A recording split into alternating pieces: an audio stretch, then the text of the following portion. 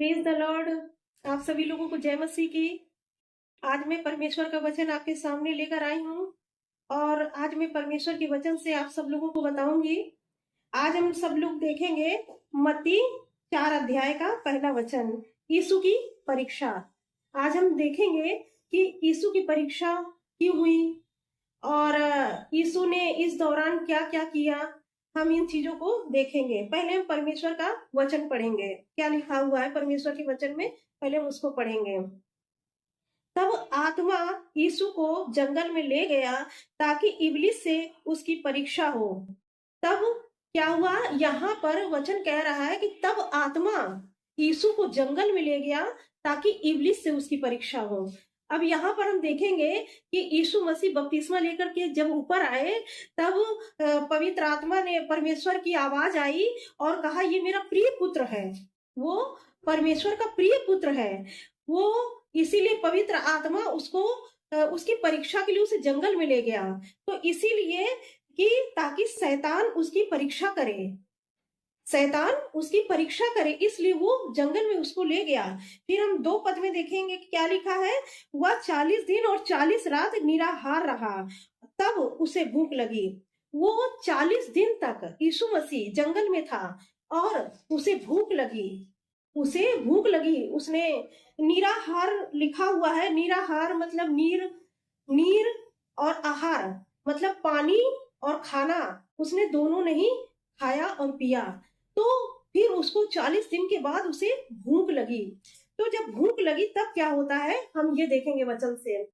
तीसरे वचन में लिखा है, तब परखने वाले ने पास आकर उससे कहा, यदि तू परमेश्वर का पुत्र है तो कह दे ये पत्थर रोटियां बन जाए। अब शैतान जानता है कि यीशु मसीह इस समय भूखा है और उसे इस समय रोटी की आवश्यकता है, तो इसीलिए शैतान क्या होता है, उसको भोजन का प्रलोभन लेकर के आता है कि यीशु भूखा है, अब इसे रोटी की जरूरत है, तो इसके सामने हम रोटी की परीक्षा रखेंगे। तो अब हम देखेंगे वचन में कि शैतान किस तरीके से हमारी जिंदगी में कार्य करता है। हम देखेंगे कि शैतान जब देखता है कि हमारी जिंदगी में किसी चीज की कमी है, उसी चीज का प्रलोभन लेकर के हमारी जिंदगी में आता है। इसी तरह यीशु के पास भी आया, उसको पता था कि 40 दिन से उसने खाया और पिया कुछ नहीं है, इसलिए ये उसकी नीड है। ऐसी हमारी जो नीड होती है उसी के अकॉर्डिंग शैतान हमारे ऊपर परीक्षा लेकर के आता है।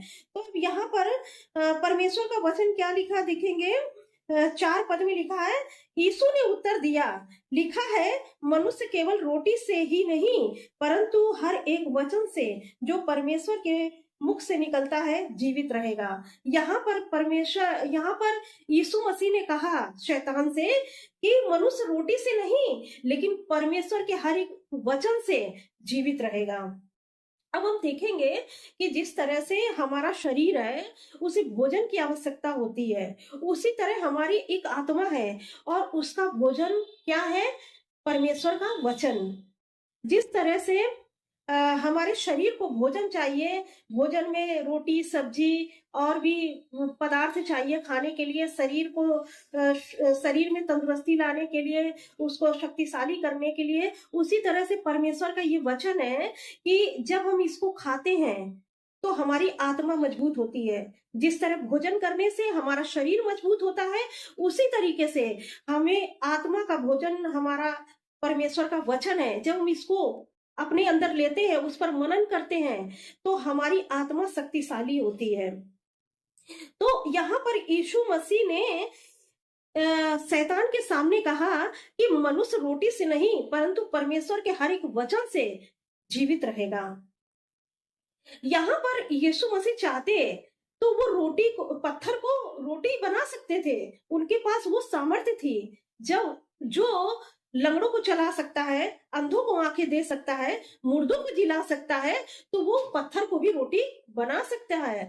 क्योंकि एक जगह परमेश्वर के वचन में लिखा है कि यीशु मसीह कहते हैं कि अगर तुम महिमा नहीं करोगे तो ये पत्थर महिमा करने लगेंगे, मतलब पत्थरों में जान पड़ जाएगी और वो पत्थर चिल्ला उठेंगे। इसी तरह यीशु मसीह जो था उसके अंदर इतनी सामर्थ्य थी कि वो रोटी जो थी, वो पत्थर जो था रोटी बन जाती, लेकिन वो शैतान के कहने पे कोई रोटी नहीं बनाना चाहता था। उसको पता था कि परमेश्वर उसके साथ है, जिसने 40 दिन तक जीवित रखा बिना खाना पानी के, तो वो हमें अभी भी जीवित रख सकता है, वही सारा बंदोबस्त हमारा कर सकता है।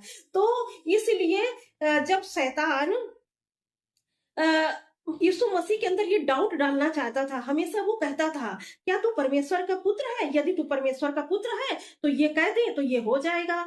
लेकिन यीशु मसीह को पता था कि वो परमेश्वर का पुत्र है। ऐसे ही आज शैतान हमसे भी बात करता है, आप लोग से भी बात करता है और कहता है कि यदि तू परमेश्वर की संतान है तो कह दे परमेश्वर से कि ये हो जाए। तो हमें अपने परमेश्वर पे विश्वास रखना है, वो सब कुछ कर सकते हैं। उनके अंदर ये सामर्थ्य है कि वो सारी दुनिया को बनाए हैं, तो हमारी हर एक आवश्यकता को पूरा कर सकते हैं वो। तो इसी तरीके से हमको शैतान के कहने पर परीक्षा नहीं करनी है, बल्कि हमें धीरज धरना है और परमेश्वर हमारी उन चीजों को पूरा करेंगे जिनकी हमें आवश्यकता है। अब हम देखेंगे 4:5 में, मत्ती 4:5 में लिखा हुआ है, तब इबलीस उसे पवित्र नगर में ले गया और मंदिर के कंगूरे पर खड़ा किया और उससे कहा, यदि तू परमेश्वर का पुत्र है तो अपने आप को नीचे गिरा दे, क्योंकि लिखा है, वह तेरे विषय में अपने स्वर्गदूतों को आज्ञा देगा और वे तुझे हाथों हाथ उठा लेंगे, कहीं ऐसा ना हो कि तेरे पांव में पत्थर से ठेस लगे। यहाँ पर दूसरी परीक्षा क्या लेकर आता है शैतान यीशु मसीह के सामने, कि वो कहता है कि पवित्र नगर के एकदम ऊंचाई पे जाकर खड़ा कर देता है और कहता है कि यदि तू परमेश्वर का पुत्र है। फिर वो यही बात कहता है, यदि तू परमेश्वर का पुत्र अपने आप को कहता है और तुझे लगता है कि तू परमेश्वर का पुत्र है, तो अपने आप को ऊपर से नीचे गिरा दे, क्योंकि तेरे विषय में ये लिखा है कि वो अपने स्वर्गदूतों को आज्ञा देगा और तुझे हाथों हाथ उठा लेंगे, तुझे कोई चोट नहीं लगेगी। तो ये शैतान ने ऑफर रखा कि तुझे स्वर्गदूत बचाने के लिए आ जाएंगे। ये सही है कि स्वर्गदूत बचाएंगे, लेकिन हम अपने परमेश्वर की परीक्षा क्यों करें? परमेश्वर अपने स्वर्गदूतों का भाड़ा हमारे चारों ओर लगाया हुआ है, ये हम भी जानते हैं और ये शैतान भी जानता है कि परमेश्वर ने उस व्यक्ति पर जो परमेश्वर की महिमा करता है, उसके चारों ओर परमेश्वर अपने स्वर्गदूतों का पहरा रखते हैं। वो ये पता है, शैतान को पता है और हमको भी पता है, लेकिन वो एक डाउट लेकर आता है हर एक इंसान के मन में कि यदि तू परमेश्वर का पुत्र है तो कह दे, ये ऐसा हो जाएगा, अपने आप को नीचे गिरा दे तो स्वर्गदूत आके तुझे उठा लेंगे, कोई चोट नहीं लगेगी। लेकिन हमें अपने परमेश्वर की परीक्षा नहीं करना है। अभी हम आगे देखेंगे, लिखा है कि 7 पद में कहते हैं, यीशु मसीह कहते हैं, यीशु ने उससे कहा, यह भी लिखा है, तू अपने परमेश्वर की परीक्षा ना कर। अब यहाँ पर परमेश्वर यीशु मसीह ने वचन से ही जवाब दिया। जब वो वचन को लेकर आया कि ऐसा लिखा है परमेश्वर के वचन में, तो यीशु मसीह ने भी परमेश्वर का वचन दिया कि ऐसा भी लिखा है कि अपने परमेश्वर की हमें परीक्षा नहीं करनी है। हमारा परमेश्वर हमसे बहुत प्यार करता है, वो जानता है कि हमें किस चीज की आवश्यकता है, वो हाथों हाथ हमको देंगे। हमारी हर एक आवश्यकता को हमारे परमेश्वर जानते हैं, वो उसको पूरा करते हैं। बल्कि हमें अपने परमेश्वर की परीक्षा नहीं करनी है कि नहीं परमेश्वर आप दीजिए, नहीं परमेश्वर आप दीजिए, हम परीक्षा करेंगे, ऐसा करेंगे, वैसा करेंगे, ऐसा कुछ नहीं। परमेश्वर हमारा जानते हैं कि हमें किस चीज की आवश्यकता है। प्रभु का वचन कहता है, तुम्हारे मांगने से पहले मैं जानता हूं कि तुम्हारी क्या आवश्यकता है। इसलिए परमेश्वर हमारी प्रार्थना को जानते हैं, हमारी नीड को जानते हैं कि हमें क्या आवश्यकता है। वो हमारी प्रार्थनाओं को सुनते हैं और जब हमको नहीं मिलता तो हम लोग संदेह करते हैं, लेकिन परमेश्वर हमें धीरज धरने के लिए कहते हैं। हम विश्वास में अटल रहते हैं, परमेश्वर हमारी हर एक नीड को जो हम चाहते हैं और अगर उसके अकॉर्डिंग चल रहे हैं अपने जीवन में, तो परमेश्वर हमें प्रोवाइड कराते हैं।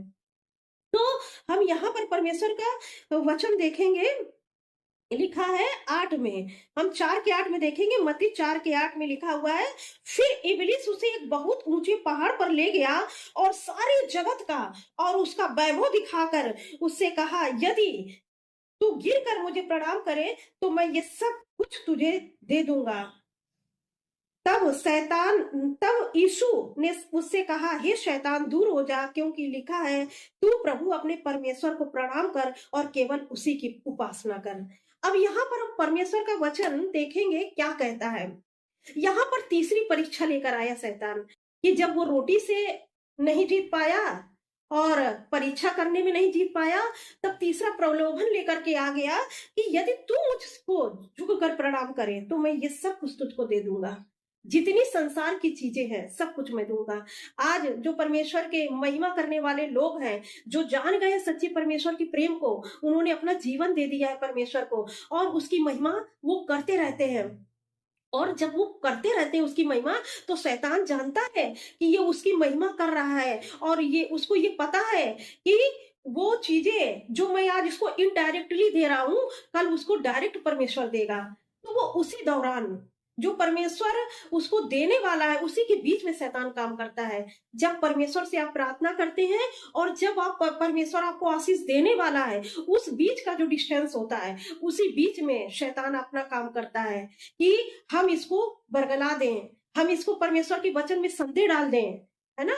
तो इसीलिए यहाँ पर परमेश्वर का वचन कहता है कि हे शैतान दूर हो जा।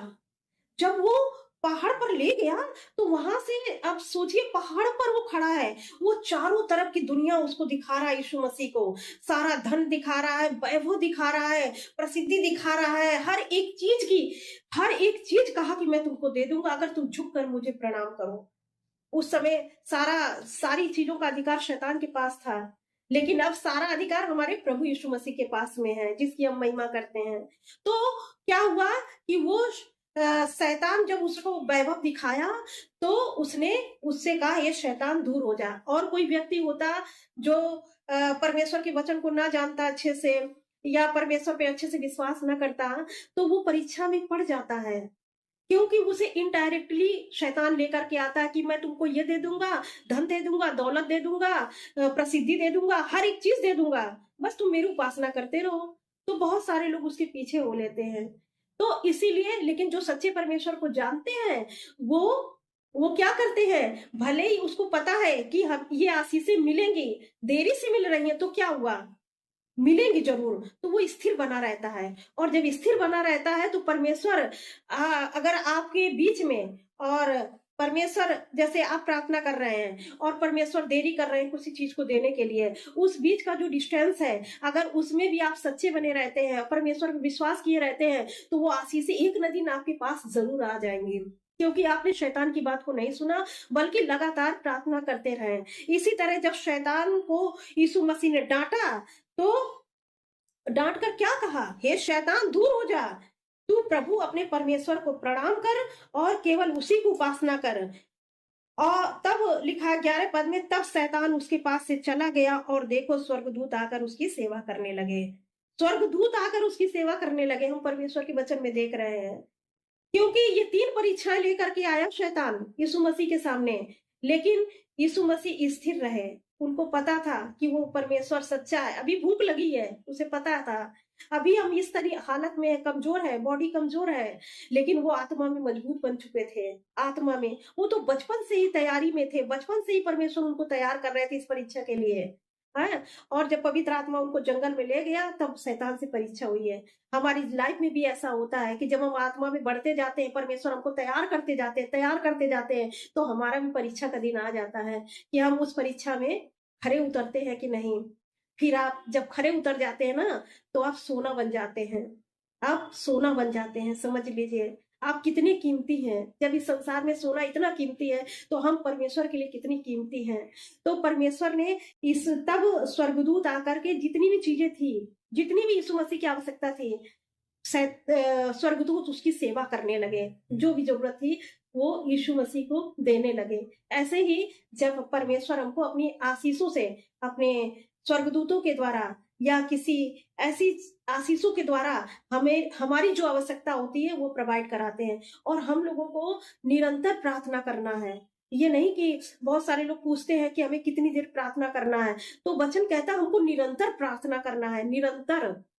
और जैसा लूका 22 के 46 में लिखा है, उठो प्रार्थना करो कि तुम परीक्षा में ना पढ़ो। उठो और प्रार्थना करो कि तुम परीक्षा में ना पढ़ो। तो हमको क्या करना है? प्रार्थना करना है, प्रतिदिन प्रार्थना करना है। आप नहीं जानते हैं कि आप जो प्रार्थना करते हैं, आपको तो ऐसा लग रहा होगा कि कुछ नहीं हो रहा, लेकिन आत्मिक दुनिया में बहुत कुछ हो रहा है, बहुत कुछ हो रहा है आपकी प्रार्थना से। आपकी प्रार्थना के द्वारा शैतान हार रहा है।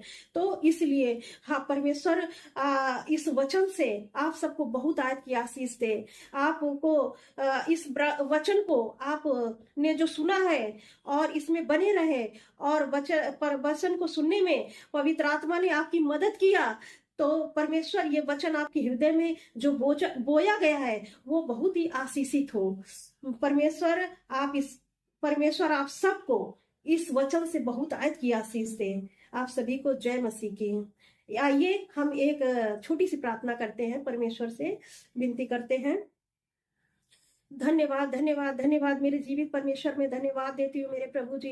हे परमेश्वर, मैं धन्यवाद देती हूँ आज के इस वचन के लिए, जो वचन का बीज बोया गया है मेरे पिता परमेश्वर। जो जो भाई बहन सुनते हैं परमेश्वर पिता, आप उनकी जिंदगी में कार्य करें मेरे पिता परमेश्वर। वो शैतान के बहकावे में ना आने पाए परमेश्वर पिता, वो सच्चे परमेश्वर से परमेश्वर पिता वो आशीष प्राप्त करने पाए जो शैतान उनको इनडायरेक्टली देना चाहता है परमेश्वर पिता।